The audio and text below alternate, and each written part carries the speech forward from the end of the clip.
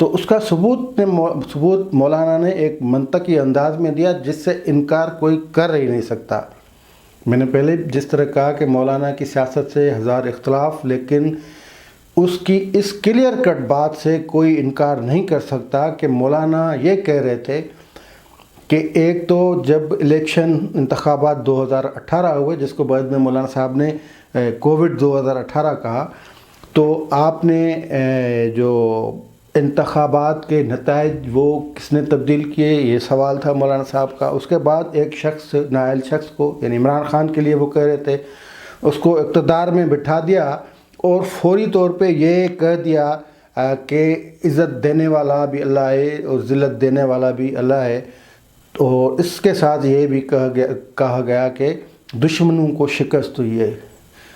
پھر آگے وہ اپنی تقریر میں کہتے ہیں کہ آپ دشمن کس کو مانتے ہیں؟ اگر آپ دشمن کشمیر کے دشمنوں کو مانتے ہیں، یعنی بھارت کو مانتے ہیں، یا آپ اس کی حفاظت کرتے ہیں، تو آپ ہماری آنکھوں کے پلکے ہیں، لیکن آپ کے دشمن کون تھے؟ یعنی اس انتخابات میں شکست تو ہماری ہوئی تھی۔ یعنی پھر مولانا صاحب یہ کہہ رہے ہیں کہ آپ عوام کو یہ دشمن سمجھتے ہیں۔ بہرحال یہ ایک بڑی ان کی زبردست قسم کی وہ تقریر تھی جس میں انہوں نے نہ فقط یہ تسلیم کروایا ہے، تسلیم مطلب کہ ان کو باور کروایا ہے کہ یہ سیاست میں آپ خود مداخلت کرتے آئے ہیں، کرتے رہے ہیں۔ 2018 کے انتخابات تک آپ نے نتائج تبدیل کیے، اور پھر انتخاب کے بعد اقتدار آپ نے عمران خان کے حوالے کیا، اور پھر اس پہ فتح کا جشن منایا، اس پہ فتح کی مبارکباد دی۔ اس پہ یہ کہا گیا کہ دشمن کو شکست ہوئی ہے، تو دشمن کون ہے؟ یہ ایسے سوالات ہیں جو بھلے سیاسی پلیٹ فارم سے ہی اٹھائے گئے ہوں، لیکن یہ ایک تلخ حقیقت ہے۔ اس کے باقی مولانا صاحب کی تقریر میں سندھ کے جو حقوق تھے اس حوالے سے زبردست بات تھی، اور ایسی باتیں تھیں جو کسی پلیٹ فارم سے پیپلز پارٹی کے سربراہ آصف علی زرداری ہوں یا بلاول بھٹو ہوں وہ اسی لیے نہیں اٹھاتے کہ وہ سمجھتے ہیں کہ ہم پہ پھر سندھی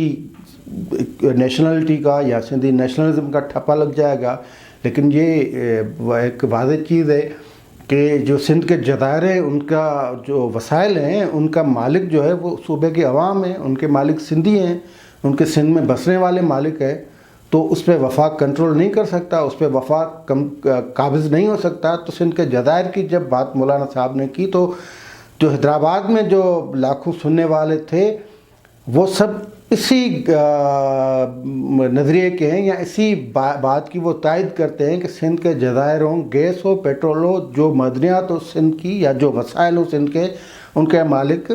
سندھ کے عوام ہیں۔ اسی طرح جو ملٹی نیشنل کمپنیوں کی بات وہ بھی کبھی کسی فارم سے نیشنلسٹ کرتے ہیں ہمارے جو لیڈران، لیکن جو قومی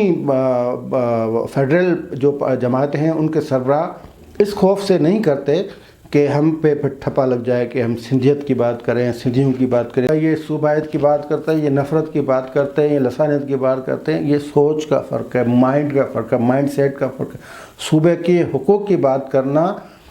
لسانیت کی بات نہیں ہوتی، صوبائیت کی بات نہیں ہوتی، وہ قوم کی بات ہوتی ہے۔ صوبے مل کر وفاق بناتا ہے، صوبے مل کر وفاق کو بناتے ہیں، تو صوبے کے حقوق کی بات، عوام کے حقوق کی بات ہوتی ہے۔ بہرحال پی ٹی ایم کے جلسے پہ یہ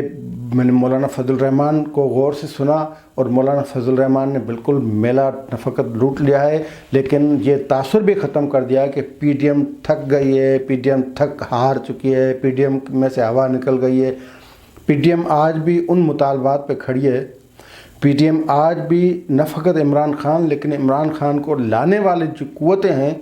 ان کو آنکھوں میں آنکھیں ڈال کر ان سے بات کر رہی ہے کہ آپ پیچھے ہٹ جائیں،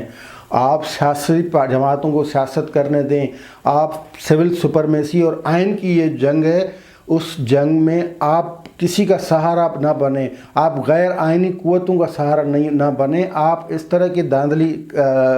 جو طریقہ کار ہے اس کا حصہ نہ بنیں، تو پھر ہم وہ سارے جو معاملات ہیں اس میں بات چیت ہو بھی سکتی ہے۔ لیکن یہ ایک جو دوست مایوس تھے، ہم ایک کل پروگرام جو کیا تھا کہ کچھ دوستوں نے مایوسی کا اظہار کیا، تو میرے خیال میں مایوسی کا اظہار نہیں کرنا چاہیے، تاثر اگر کسی کو یہ لگتا ہے کہ پی ٹی ایم تھک گیا ہے، پی ٹی ایم کے جو ہوا نکل گئی ہے غبارے سے، تو آج ایک بار پھر لوگوں کا بڑا ہجوم دیکھ کر وہ ہوا پھر بھری جا چکی ہے، اور مولانا صاحب بشمول باقی جماعتیں وہ مکمل طور پہ فارم میں آ گئے ہیں، اور ان قریب یہ اپنا شو آگے دکھائیں گے۔ اور جو لانگ مارچ ہوگا، جیسے کہ ہم نے پہلے کہا تھا کہ لانگ مارچ کی ہو سکتا ہے کہ نوبت ہی نہ آئے۔ آج کے لیے اتنا ہی، دیجیے اجازت، اللہ حافظ۔